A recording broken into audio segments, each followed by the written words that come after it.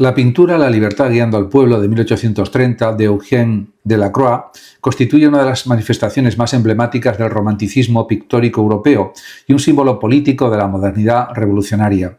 Realizada en el contexto de la Revolución de Julio, que derrocó al monarca Carlos X e inauguró el reinado constitucional de Luis Felipe de Orleans, la obra trasciende el hecho histórico para convertirse en una alegoría universal de la emancipación humana. Delacroix, testigo sensible aunque no participante activo de la insurrección, tradujo en el lienzo la inquietud social y el impulso emancipador característico de su época, fusionando la realidad política con la búsqueda romántica de la libertad como valor absoluto.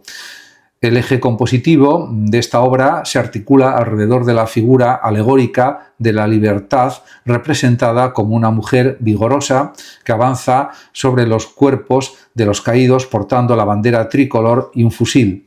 Este personaje, simultáneamente idealizado y humano, conjuga la iconografía clásica recordando a las diosas de la antigüedad con la corporeidad popular del París revolucionario. Su semidesnudez no obedece a la sensualidad, sino a la pureza simbólica del acto político. El gorro frigio que lleva en la cabeza la identifica con la tradición republicana de 1789. A su alrededor, Delacroix organiza una estructura piramidal que conjuga orden visual y dramatismo.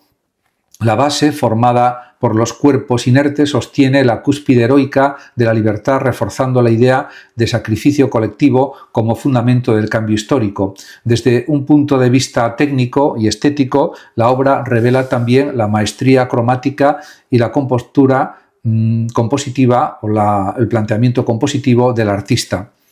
Los empastes vigorosos, las diagonales dinámicas y las gamas cálidas otorgan al conjunto de la pintura una energía casi teatral, donde la luz emerge de manera simbólica sobre el humo y los escombros. El color funciona no solo como elemento plástico, sino como vehículo de emoción y significado político. El azul, blanco y rojo de la bandera se diseminan por el tejido visual del cuadro, unificando las figuras bajo la identidad nacional. De este modo, Delacroix asume la herencia barroca de Rubens y la transfigura en una poética moderna del movimiento. Cada trazo parece vibrar con la tensión entre ideal y realidad, entre el orden moral y el caos histórico que define el espíritu romántico. Finalmente, la libertad guiando al pueblo no debe interpretarse solo como documento visual de un acontecimiento, sino como reflexión filosófica sobre la relación entre arte, política y humanidad. En la síntesis de alegoría y veracidad, el cuadro propone una lección estética. La libertad no es un estado fijo, sino un proceso que exige lucha, sacrificio y renovación constante. En este sentido, Delacroix convierte la pintura en discurso simbólico, reclamando de este modo para el arte una función cívica e intelectual. Su creación, conservada hoy en el Museo del Louvre, permanece como testimonio de la aspiración universal a la dignidad y al derecho de los pueblos a emanciparse mediante la acción colectiva. La obra, por tanto, concilia emoción y pensamiento, individualidad y colectividad, configurándose como paradigma de la utopía romántica y fundamento visual del ideal moderno de libertad. Muchas gracias a todos por su atención. Hasta mi próximo vídeo, y el que lo desee puede compartir este vídeo, darle like o suscribirse a mi canal de YouTube. Gracias. Las contribuciones científicas de Pierre-Simon de Laplace son extraordinarias. Laplace nació en 1749 y murió en 1827. Fue uno de los científicos más notables de la Ilustración y una figura esencial en la historia de la física, la astronomía y las matemáticas. Su pensamiento representa la culminación del sistema newtoniano y la transición hacia una ciencia plenamente analítica y racional. Laplace unió el rigor matemático a la observación empírica, convencido de que el universo funciona como una máquina perfecta regida por leyes naturales inmutables. Su contribución más importante fue la formulación de una mecánica celeste matemática que unificó los conocimientos astronómicos de su tiempo. En su monumental obra Mecánica Celeste, Laplace tradujo las leyes de Newton al lenguaje del cálculo diferencial e integral, proporcionando de esta manera un modelo preciso de movimiento de los cuerpos celestes. Gracias a sus análisis pudo demostrar que las aparentes irregularidades en las órbitas de los planetas, como las perturbaciones de Júpiter y Saturno, no amenazaban la estabilidad del sistema solar, sino que eran oscilaciones periódicas explicables por la gravitación universal. Con ello eliminó la necesidad de apelar a intervenciones divinas y reforzó la idea de un universo completamente determinista y autosuficiente. Otra de sus grandes aportaciones a la ciencia fue la hipótesis nebular sobre el origen del sistema solar. Según Laplace, el Sol y los planetas se habrían formado a partir de una masa de gas incandescente en rotación que al enfriarse y contraerse fue desprendiendo anillos de materia que dieron lugar a los planetas.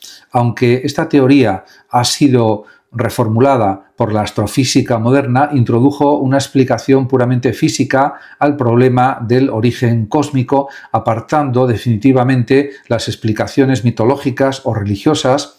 Y también hay que decir que en el campo de las matemáticas aplicadas y la física teórica, Laplace dejó contribuciones de enorme significado y trascendencia. Formuló la ecuación de Laplace, fundamental en el estudio de la gravitación, la electricidad, el magnetismo y la difusión del calor. También desarrolló la transformada de Laplace, una herramienta matemática de gran utilidad para resolver ecuaciones diferenciales y analizar sistemas dinámicos, empleada hasta hoy en física, ingeniería y economía. Su enfoque permitió además expresar de manera general los fenómenos de la naturaleza bajo leyes matemáticas precisas. Otra de sus aportaciones decisivas fue su trabajo en la teoría de la probabilidad. En su teoría analítica de las probabilidades de 1812 estableció las bases matemáticas del cálculo probabilístico moderno y extendió también su aplicación a los fenómenos naturales y sociales. En esta obra aparece su célebre idea del demonio de Laplace, una inteligencia hipotética que, conociendo todas las posiciones y velocidades de las partículas del universo, podría prever el futuro y reconstruir el pasado. Esta metáfora expresa su concepción del determinismo universal, según la cual el azar no existe realmente, sino que es consecuencia de la ignorancia humana sobre las causas, se entiende. En conjunto, las contribuciones científicas de Laplace consolidaron la visión moderna de un universo ordenado, regido por leyes matemáticas y racionalmente comprensible. Su legado marcó la transición hacia la física moderna y estableció las bases del pensamiento científico contemporáneo. Muchas gracias por su atención y el que lo desee puede compartir este vídeo, darle like o suscribirse a mi canal de YouTube. Gracias. La filosofía literaria de Molière, 1622-1673, se fundamenta en una profunda observación de la naturaleza humana y en la convicción de que el teatro puede y debe servir como instrumento de corrección moral. A través de la comedia, Molière buscó mostrar los vicios, debilidades y contradicciones de los hombres y las mujeres, no para ridiculizarlos gratuitamente, sino para hacerlos conscientes de sus errores mediante la risa. Su arte, de hecho, combina humor, crítica y razón, y encarna el ideal clásico de instruir deleitando, plaire et instruire. Molière concebía el teatro como un espejo de la sociedad donde los espectadores pudieran reconocerse a sí mismos. Su objetivo, en realidad, no era retratar casos excepcionales, sino comportamientos comunes, universales, que manifiestan o revelan las pasiones y absurdos del alma humana. En sus obras el ridículo se convierte en una herramienta filosófica. Quien se ve reflejado en el personaje ridiculizado tiene la oportunidad de enmendarse. Por ello, su comedia tiene una dimensión moral y pedagógica que va más allá del simple entretenimiento. Y su filosofía literaria se opone tanto al idealismo vacío como al dogmatismo. Molière desconfía de los falsos sabios, de los fanáticos y de los hipócritas. Personajes como Tartufo son un símbolo de la hipocresía religiosa, o Don Juan es una encarnación del libertinaje sin conciencia, y muestran también su crítica a los extremos en los comportamientos. En su visión del mundo, la virtud reside, o la bondad, en la medida, la sinceridad y el sentido común. La risa, por tanto, no destruye, sino que purifica, desenmascara lo falso y exalta la razón. Desde el punto de vista estético, Molière defiende también la naturalidad del lenguaje y de la acción dramática, y su teatro combina lo popular y lo culto, lo burlesco y lo reflexivo, buscando siempre la claridad y la verosimilitud. Aunque se inspira en la tradición clásica, su genio consiste en adaptarla a la vida real de su tiempo, en dar también voz al pueblo y en transformar los defectos humanos en materia cómica universal. y en esto destaca de forma extraordinaria. En resumen, la filosofía literaria de Molière se apoya en una visión racional y moral del arte. La comedia es para él una forma de conocimiento y una medicina del espíritu. Su teatro enseña que reírse de los vicios humanos es el primer paso para corregirlos y que la verdadera sabiduría consiste en reconocer los propios errores con lucidez y buen humor. El que lo desee puede compartir este vídeo, darle like o incluso suscribirse a mi canal de YouTube. Muchas gracias. Filosofía literaria de Boileau. Nació en 1636 y murió en 1711 y fue uno de los grandes teóricos del clasicismo francés y una figura esencial para comprender la estética literaria del siglo XVII. Su pensamiento, especialmente expuesto en su obra El arte poético de 1674, muestra una auténtica filosofía de la literatura basada en la razón, la claridad y el respeto a las reglas. Boileau defendió que el arte debía reflejar el orden racional del mundo y que el escritor tenía la obligación de someter la inspiración a la disciplina del intelecto. En el centro de su filosofía literaria se encuentra la idea de que la poesía y la literatura son artes sometidas a leyes universales inspiradas en la naturaleza y en los modelos clásicos de Grecia y Roma. Para Boileau, la naturaleza no debía entenderse como una simple imitación del mundo visible, sino más bien como representación ideal de lo que es esencial, equilibrado y verdadero. El poeta, además, no inventa caprichosamente, sino que observa, selecciona y ordena según la razón. De ahí su célebre máxima: rien n'est beau que le vrai. Nada es bello sino lo verdadero. Y es cierto, Boileau concibe la creación literaria como un acto racional y moral. El arte, según él, debe tener un propósito formativo, que es instruir deleitando. Su ideal de belleza no admite el exceso, la oscuridad ni lo grotesco, exige armonía, claridad y pureza. En este sentido, se opone al barroquismo y al romanticismo incipiente, considerando que el genio sin reglas es tan peligroso como las reglas sin genio. La perfección artística, desde su planteamiento, surge de la unión entre la inspiración natural y la disciplina formal. Y, asimismo, Boileau exalta la imitación de los autores antiguos, en particular, fundamentalmente, de Horacio, Virgilio y Aristóteles. Los considera modelos eternos de equilibrio y buen gusto, y esta imitación no es copia servil, sino un modo también de acceder a lo universal a través de lo que ya está probado. De ahí su defensa del respeto a los géneros, la verosimilitud, las unidades clásicas en el teatro y el decoro estilístico. En suma, se puede afirmar que la filosofía literaria de Boileau se basa en la razón, la moderación y la búsqueda de la verdad artística. Su influencia consolidó también una concepción del arte como disciplina racional en la que la belleza resulta de la unión entre la naturaleza y la norma, entre el genio y la regla. El que lo desee puede compartir este vídeo, darle like o suscribirse a mi canal de YouTube. Gracias.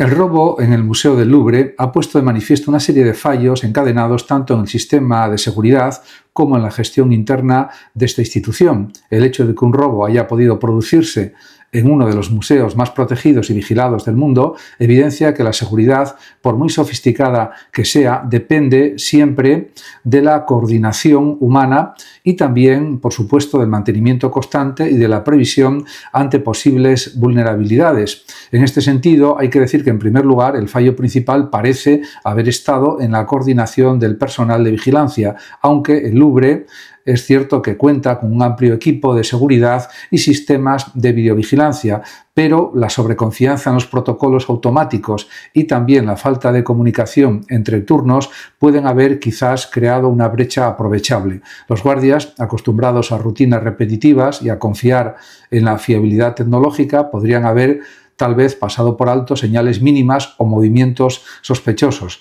En segundo lugar, también parece ser que se ha detectado un problema técnico en el sistema de alarmas y sensores. Estos sistemas, al integrarse con tecnologías informáticas que tienen una cierta complejidad, requieren también actualizaciones constantes y un mantenimiento especializado.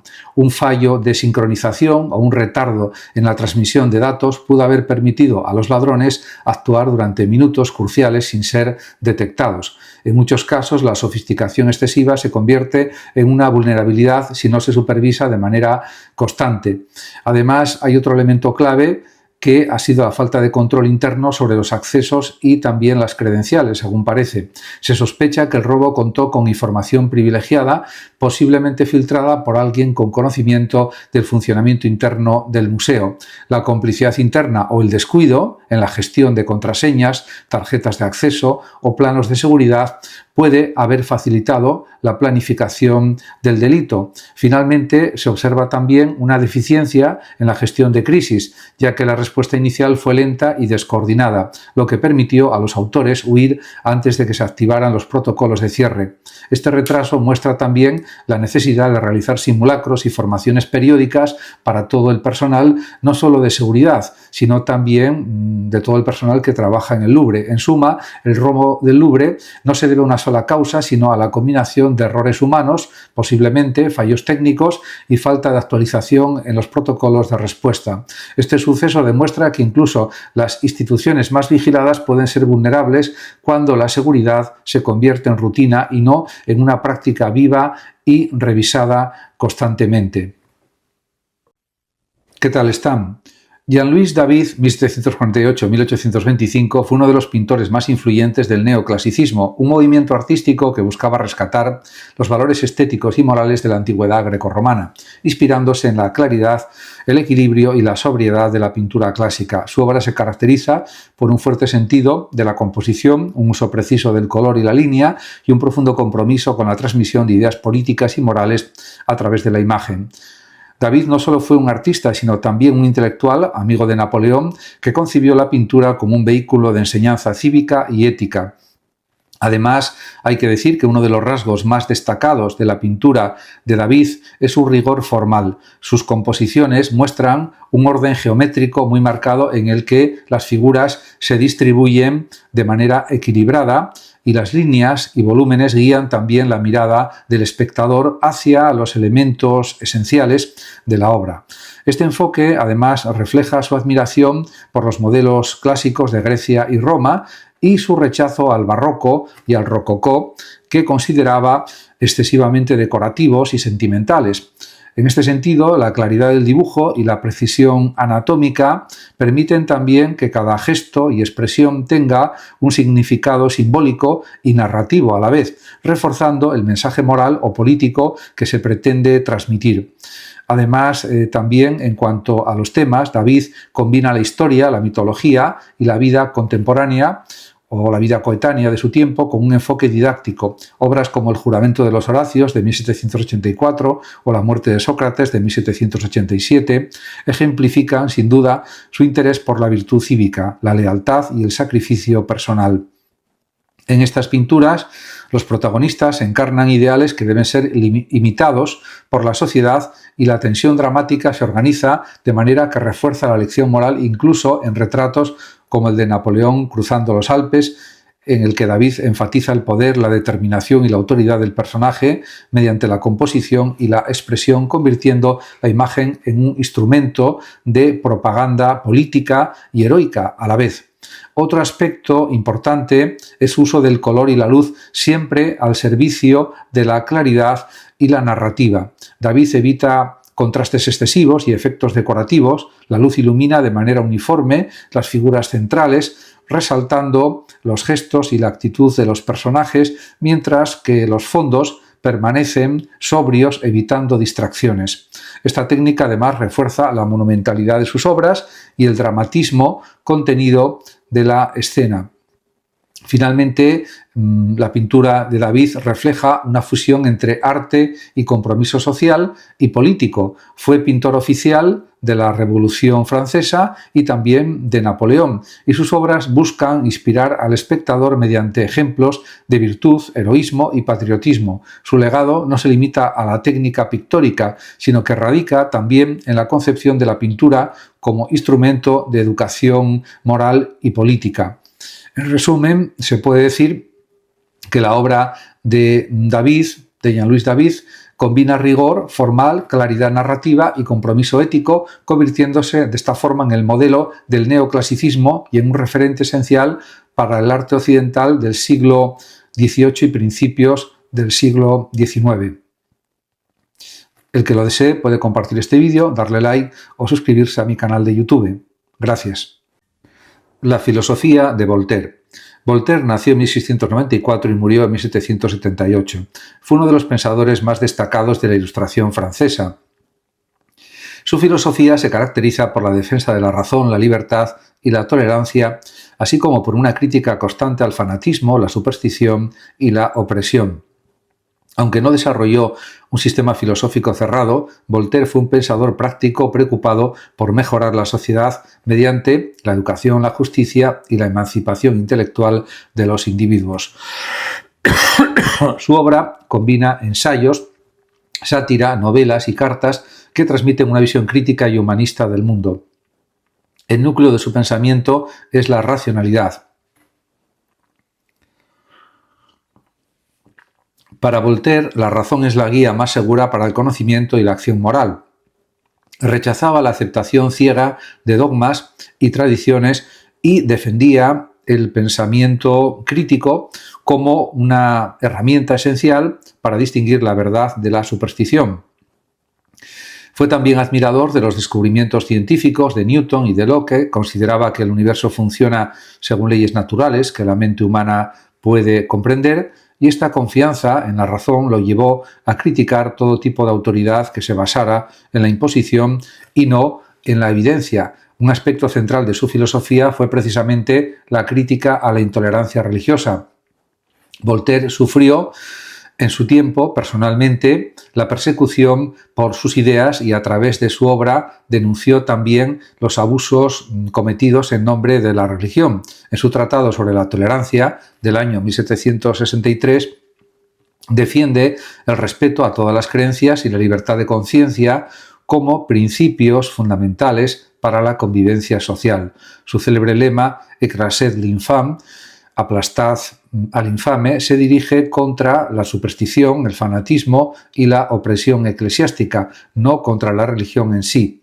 Para Voltaire, la religión debía ser una cuestión de conciencia personal y nunca un instrumento de control sobre la sociedad. Además, en relación con las cuestiones metafísicas, Voltaire fue deísta.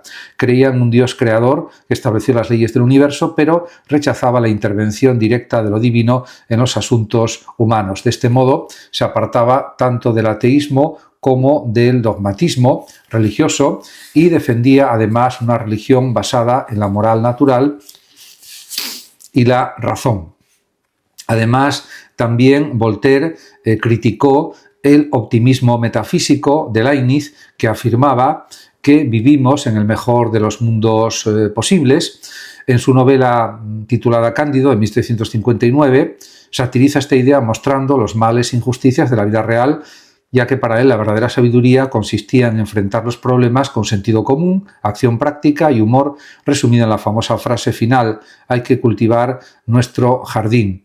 En este sentido, podemos decir que en política y sociedad Voltaire defendió la libertad individual, la igualdad ante la ley y la monarquía ilustrada, entendida como un gobierno moderado guiado por la razón. Creía que la educación y el conocimiento eran realmente las herramientas más efectivas para combatir la tiranía y la ignorancia. En resumen, la filosofía de Voltaire combina razón, libertad, tolerancia y crítica social, promoviendo un pensamiento crítico y humanista que influyó decisivamente en la emancipación intelectual de Europa y sentó las bases del mundo moderno. Gracias por su atención y hasta mi próximo vídeo. El que lo desee puede compartir este vídeo, darle like o suscribirse a mi canal de YouTube. Gracias. ¿Qué tal están? La filosofía de Rousseau. Rousseau nació en 1712 y murió en 1778. Fue un filósofo, escritor y teórico político suizo-francés cuyo pensamiento ejerció una profunda influencia sobre la filosofía moderna, la pedagogía y la política. Su obra se caracteriza por una reflexión crítica sobre la sociedad, la educación y la naturaleza humana, así como por la búsqueda de un equilibrio entre libertad individual y orden social. Rousseau no solo es un filósofo teórico, sino también un pensador práctico, sobre todo preocupado por el bienestar moral y político de la humanidad. En el centro de la filosofía de Rousseau se encuentra la idea de la naturaleza humana. Según él, el ser humano es bueno por naturaleza y la corrupción surge de la sociedad y de sus instituciones.